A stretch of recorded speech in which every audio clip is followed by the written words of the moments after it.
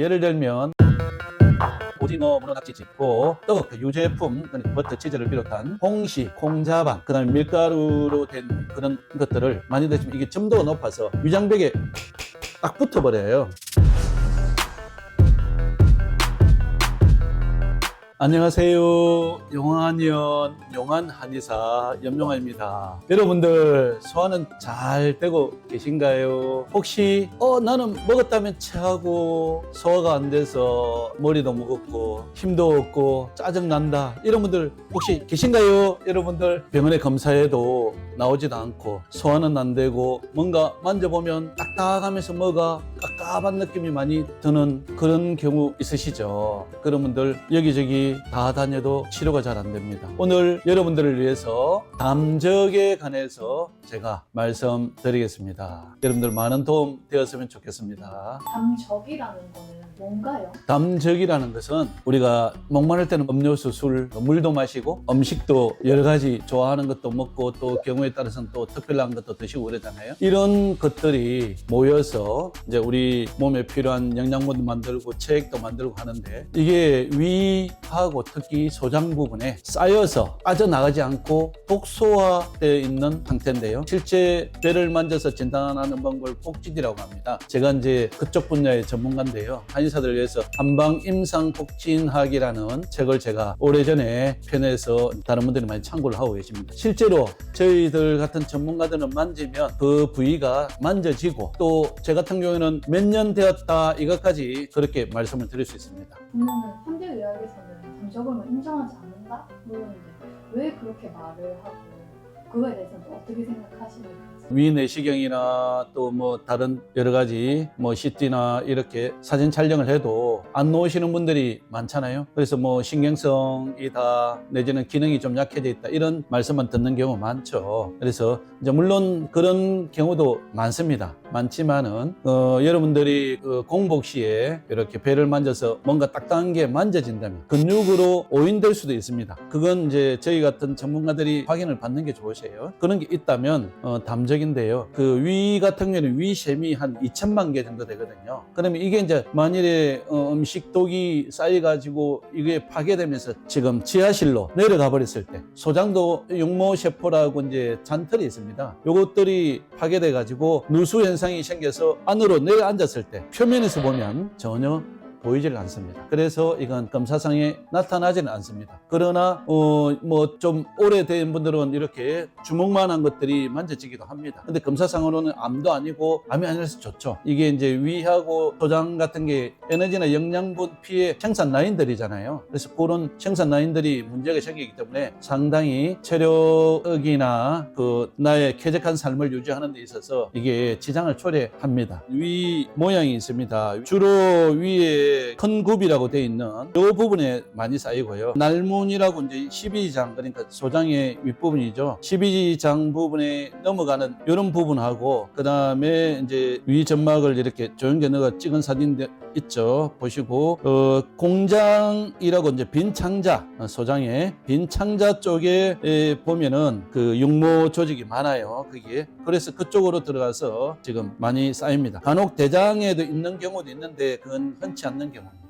도대체 이 담적은 왜 생기는 건지? 왜 생기는가 하면 이제 여러분들이 음식을 내가 처리하는 용량보다 많이 급하게 드시면 처리 용량이 오버가 되기 때문에 쌓여요. 둘째로는 불규칙하면 굶으면 위가 우리가 쪼그라든다 하잖아요. 만약 굶는 분들은 위가 작아져서 상당히 위축이 되어 있습니다. 그런 경우에 갑자기 많이 들어가면 이게 처리가 안 되죠. 그래서 이제 쌓이고요. 지방질이나 단백질 그러니까 뭐 고기 같은 거 뭐 삼겹살이나 소고기, 닭고기 그런 거 많이 드셨을 때 그 위장 기능이 좋으신 분들은 위장 근육이 활동이 되기 때문에 아무 탈이 없는데 위가 피곤해 가지고 힘이 없는 근육이 힘이 없는 분들이 있어요. 이런 분들은 처리가 잘 안 되거든요. 그랬을 때 생기고 또 이런 고기를 드시고 찬 음료수 그다음에 아이스크림 뭐 아이스 아메리카 뭐 이런 거 있죠. 그런 것들을 이제 섭취를 하면 이게 굳어져요. 여러분들 삼겹살 구워 먹고 여러분들 씻을 때 찬물에 씻으면 잘 씻깁니까 안 씻깁니까? 안 식히죠. 따뜻한 물에 씻어야 식히죠. 그래서 찬물에는 기름이 엉켜서 잘 떨어지지는 않습니다. 그런 어떤 이제 관계가 되고요. 그리고 이제 질기고 따간 이런 이제 음식들, 이런 것들이 예를 들면 오징어, 문어, 낙지, 지포, 떡 이런 게 아주 질깁니다. 이 질기고 아주 딱딱한 그런 것들은 들어가면 이 위장 기능이 뭐 좋은 분들은 아무 관계 없어요. 안 좋은 분들은 이게 쌓이거든요. 그래서 이게 이제 담적이 만들어지고요. 그리고 이제 생활 습관 중에 식사하시고 바로 들어 누워서 주무시는 분들이 있잖아요. 참 안 좋아요. 이런 분들은 거의 담적이 거의 만들어집니다. 그리고 이제 식사하시고 또 그 배부르게 드신 후에 뭐 10분도 안 돼서 또 간식을 드시는 분들이 있죠. 간식, 과일이나 뭐 빵이나 뭐 다른 이런 간식을 드시는 분들이 있어요. 그런 분들도 위장의 처리에 상당히 부담을 많이 주죠. 그러한에도 지금 가부화가 걸린 상태에서 다시 또 플러스가 되니까 위장은 상당히 더 문제가 되죠. 지금까지 정말 심했던 문제가 하나만 소개해주시고 어떻게 또 치료하셨는지 50대 여성분이신데요. 담적을 치료한다고 1년 반 동안 여러 곳에서 치료를 받으셨어요. 진료실에 들어오실 때 남편이 부축을 해야 걸음을 걸을 수 있는 정도예요. 앉자마자 상당히 좀 불신이 많습니다. 왜? 유명하다는데 다녔는데 뭐 낫게 해줄 수 있느냐? 이런 투죠. 제가 이제 맥을 잡고 몸 상태를 다 리딩을 해주거든요. 이분이 한 12년 정도 갱가를 된 분인데 배를 만졌을 때 담적이 4개가 있었어요. 주로 이제 위 아랫부분하고 도장 연결된 부분 그쪽에 큰 게 많이 있었고 또 빈 창자 그러니까 공장 쪽에 3개 정도가 있었어요. 치료를 해보면 도움이 될 거니까 일단 해봐라 해서 제가 약을 쓰기를 시작했습니다. 이분은 침이나 뭐 다른 방법을 쓸 수 있는 게 몸이 워낙 약해져 있어서 할 수가 없었어요. 그래서 몸을 좀 달래가면서 치료를 해야 되기 때문에 그 레벨업을 천천히 하면서 치료를 6, 7개월 동안 제가 치료한 연후에 얼굴이 환해지가 오셔서 너무 저도 기분이 좋았고 지난번에도 아들하고 같이 오셨는데 선생님 기억납니까? 저 담적요 담적 이러시더라고요. 제가 한의사를 하는데 보람을 많이 느꼈습니다. 두 가지 있는데 이게 담적이 심하지 않은 경우 초창기 이때 꼭 치료 아니더라도 그냥 뭐 운동이나 이런 걸로 없앨 수 있나요? 몸이라는 것은 한번 이렇게 독소 이런 게 축적이 되면 그게 물리적, 화학적 방법이 가해지지 않으면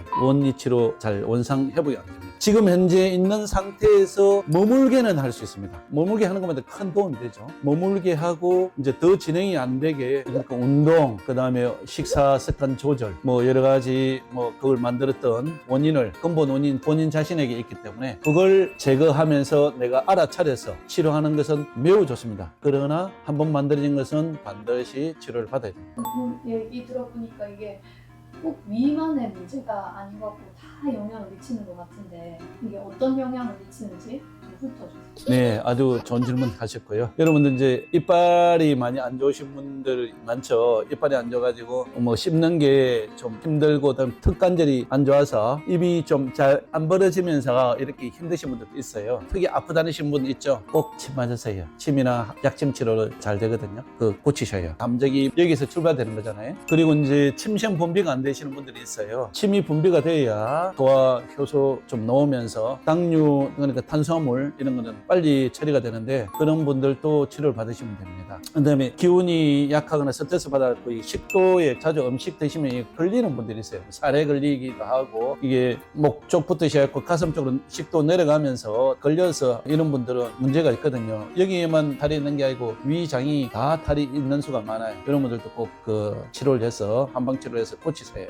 이제 뭐 위는 당연한 일이고 장도 당연하게 다 처리가 하는데 관계되잖아요. 근데 위는 음식을 믹서기로 갈아서 분쇄해주는 역할을 합니다. 그러니까 아주 곱게 갈아서 내려줘야 되는데 이게 이제 몸이 많이 피곤하고 이런 분들은 위가 근육으로 되어 있잖아요. 근데 이게 근육을 활동할 수 있는 에너지가 공급돼야 되거든요. 근데 몸이 너무 지치면 이 움직일 힘이 없어요. 이런 분들은 담적이 많이 생기거든요. 그리고 나는 신경만 좀 썼다 하면 잘 체한다, 이렇게 소화가 안 된다, 더불어가다 이런 표현 많이 하시잖아요. 이런 분들은 거의 자율신경 중에 교감신경이 항진돼서 그렇거든요. 긴장을 받는 거죠. 위장이 다 긴장받고 소화액 자체의 분비도 억제를 시키는 거죠. 그래서 이런 분들은 또 한의학적으로 또 교감신경을 푸는 방법이 많습니다. 그래서 그렇게 하시면 되고요.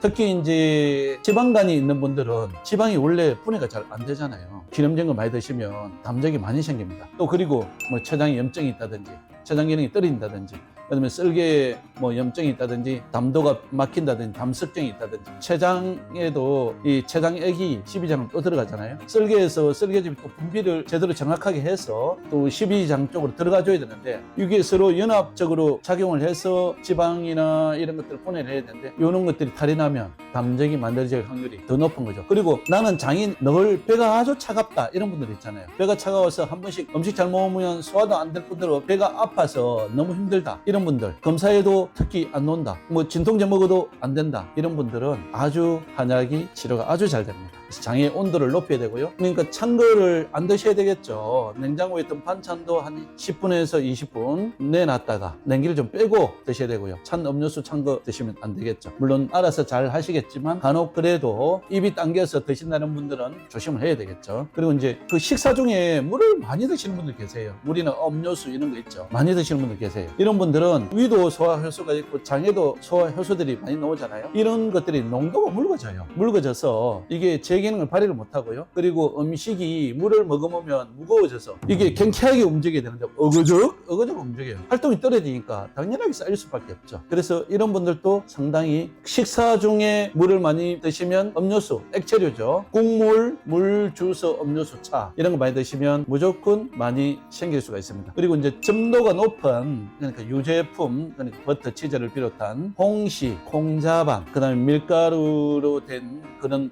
것들을 많이 드시면 이게 점도가 높아서 위장벽에 딱 붙어버려요. 그래서 잘 위장 기능이 왕성한 분들이야 뭐 전혀 관계 없습니다. 많이 드셔도 아무 탈 없죠. 그러는데 위장 기능이 약하고 신경을 많이 써서 또 신경만 쓰면 그런 분들은 이게 드시면 이게 담적이 만들어지는 원재료 제공이 되는 거예요. 그래서 그런 분들도 상당히 주의를 하셔야 됩니다.